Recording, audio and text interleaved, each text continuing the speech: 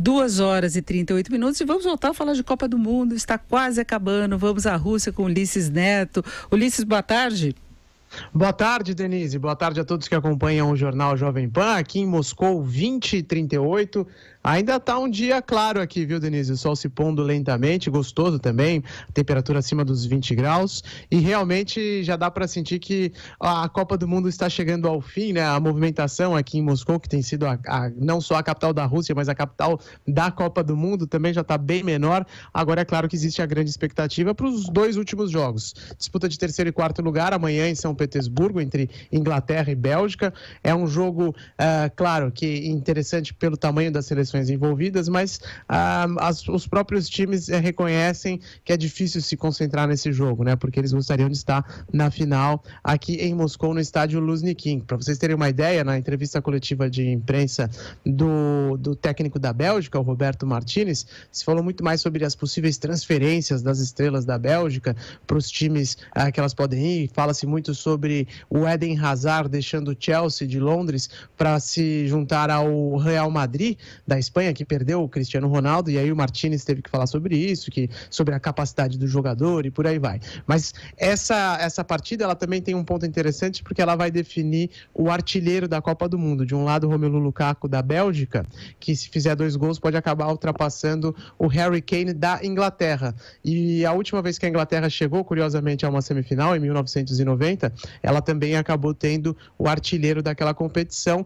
que foi o Gary Lineker. Então, algo semelhante pode se repetir aqui na Copa da Rússia. Sobre a grande decisão, hoje também foi dia do presidente da FIFA, Gianni Infantino, fazer aquela entrevista coletiva que fecha, né, a história toda da Copa do Mundo, fazer um balanço sobre o torneio. Já foi realizado também até um ensaio, né, para a festa de encerramento, com a presença do Will Smith, o ator americano e também cantor, que canta uma das músicas temas dessa Copa do Mundo. Ele até fez piada com a história do Neymar, foi questionado se o Neymar era um bom ator ou não, e eu não quero me envolver nessas histórias.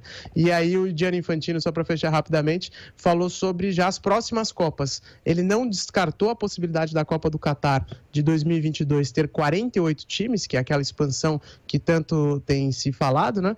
E também entrou muito numa questão sobre como esta Copa do Mundo mudou a impressão que o mundo tem a respeito da Rússia, porque todos foram muito bem recebidos, a estrutura foi espetacular, não houve nenhum grande incidente, a não ser os casos de sexismo, que de fato marcaram negativamente esta Copa do Mundo, mas no geral houve muita tranquilidade por aqui e organização, e o Gianni Infantino bateu bastante nessa tecla sobre como a Rússia se apresentou de uma outra forma ao mundo. Agora foi uma Copa do Mundo bem cara, né, Denise? A mais cara de todos os tempos, na cerca de 38 bilhões de dólares, um custo que realmente o presidente Vladimir Putin tirou dos cofres públicos da Rússia para reapresentar o seu país ao resto do planeta, Denise. E Putin não terá de dar muita satisfação em relação a esses gastos todos, porque a situação aí é muito diferente, o controle que se faz das finanças públicas. Agora, Ulisses, você pode confirmar, pelo menos a impressão que eu tive, é que o resultado do ponto de vista da estrutura das cidades,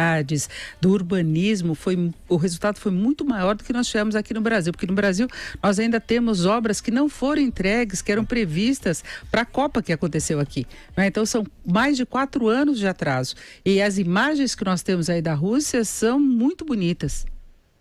Denise, a sua percepção está absolutamente correta, viu? Não dá para comparar a Rússia com o Brasil. É até triste falar isso. Do ponto de vista da economia, né, os PIBs não são tão diferentes assim hoje em dia. Mas aqui foi a capital de um mundo alternativo, né, do mundo comunista.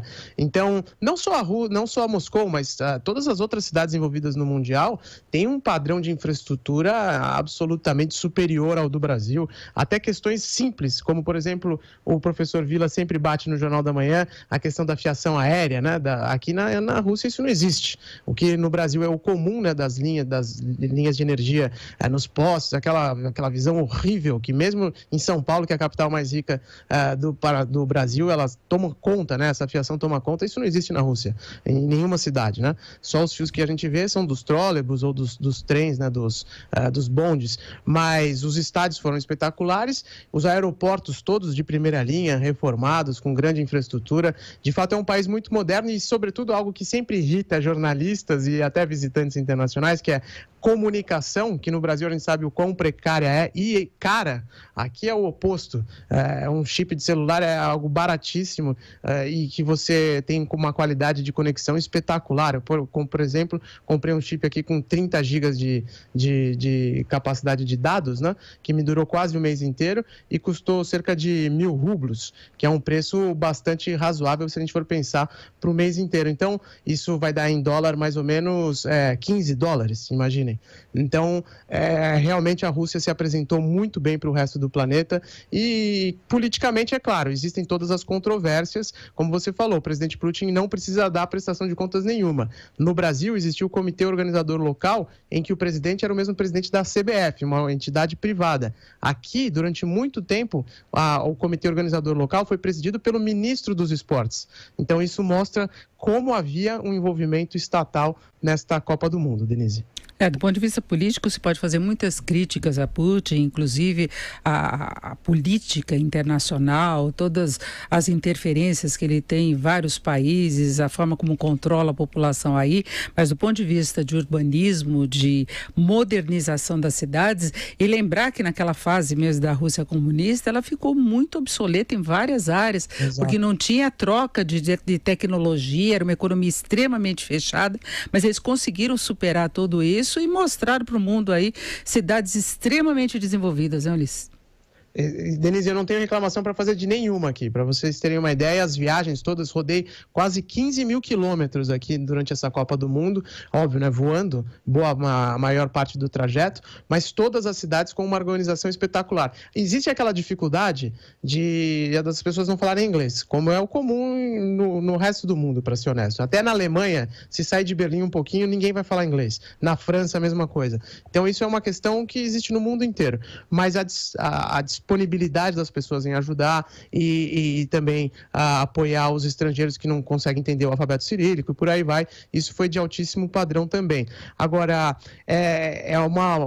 como a gente falou, um investimento estatal muito forte e existe uma percepção clara também, Denise, de que há uma tolerância muito grande com os estrangeiros. Então, várias regras da sociedade russa foram deixadas de lado durante a Copa do Mundo, porque havia a intenção de não incomodar os estrangeiros por aqui. Isso ficou muito claro. Como, por exemplo, consumir bebida alcoólica nas ruas. Isso não se faz na Rússia em dias comuns. Durante a Copa do Mundo foi permitida. E vários outros pontos também, porque era um projeto estatal claríssimo, bem diferente da Copa do Mundo de 2014 no Brasil e da maior parte das outras Copas do Mundo. Aqui era um projeto que tinha o presidente altamente envolvido e os seus ministros também, e o resultado foi espetacular, como a gente acabou de falar. Agora, existe uma bomba grande para os russos depois que a Copa do Mundo terminar, porque o custo foi bem alto, o Vladimir Putin está implementando uma reforma também previdenciária importante por aqui, e que a sociedade não está muito satisfeita. O IVA, né, que é o Imposto de Valor Agregado, que a gente na Inglaterra chama de VAT, aqui também vai subir depois da Copa do Mundo, de 18% para 20%. Então, agora a gente precisa ver como vai ser o que os ingleses dizem, o aftermath, né? O dia depois da Copa do Mundo, como a sociedade russa vai reagir, porque a economia aqui também tem algumas fragilidades importantes, Denise. Certo, Ulisses. Então, bom trabalho para você. Domingo termina a Copa, que seja uma excelente Copa até o final. Uma boa tarde. Isso, Denise, com certeza. E na segunda-feira a gente ainda conversa mais uma vez para falar sobre a grande campeã, se vai ser a Croácia ou a França. Na terça-feira eu retorno a Londres. Uma boa tarde a todos os ouvintes do Jornal Jovem Pan.